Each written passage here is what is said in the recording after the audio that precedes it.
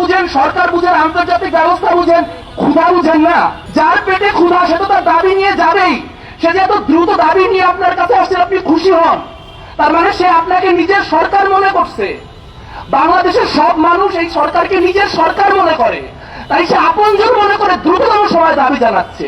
সেই দাবি আপনি সব মিটাইতে পারবেন না, ঠিক আছে, কিন্তু তাকে মানবিক মর্যাদাটা দেন, তাকে ওই শ্রদ্ধাটুকু দেখান। তা না করে আপনি সবাইকে টোকাই বলে দিবেন। এই যদি চলতে থাকে তাহলে দিন কিন্তু খুব বেশি দিন নাই। একদিকে খবরের কাগজে পড়ব যে আন্দোলনে আহত শ্রমিক সে তার বউয়ের গহনা বেচে চিকিৎসা চালাচ্ছে, একদিকে পড়ব কোলের শিশুকে বিক্রি করে দিয়ে চিকিৎসা চালানো লাগছে, আর একদিকে সরকারি বিবৃতি দেখব যে বৈষম্য বিরোধী ছাত্র আন্দোলনকে রাষ্ট্রীয় প্রটোকল দিয়ে শহরে শহরে ঘুরানো হচ্ছে।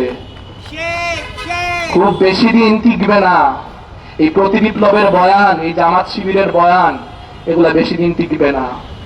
কাজেই আল্লাহর ওয়াস্তে পথে আসেন, নিজেদের যেই চলাফেরা, নিজেদের যে আচার আচরণ সেগুলাকে ঠিক করেন। আমরা আজও আপনাদের সহযোদ্ধা। আপনাদের রাষ্ট্র গঠনের প্রক্রিয়ায় যদি কোনো জায়গায় মনে হয় আমাদের প্রয়োজন আছে, যদি কোনো জায়গায় মনে হয় আমাদের সাজেশন দরকার, আমাদের বুদ্ধিবৃত্তিক সহায়তা দরকার, আমরা আপনাদের সাথে আছি।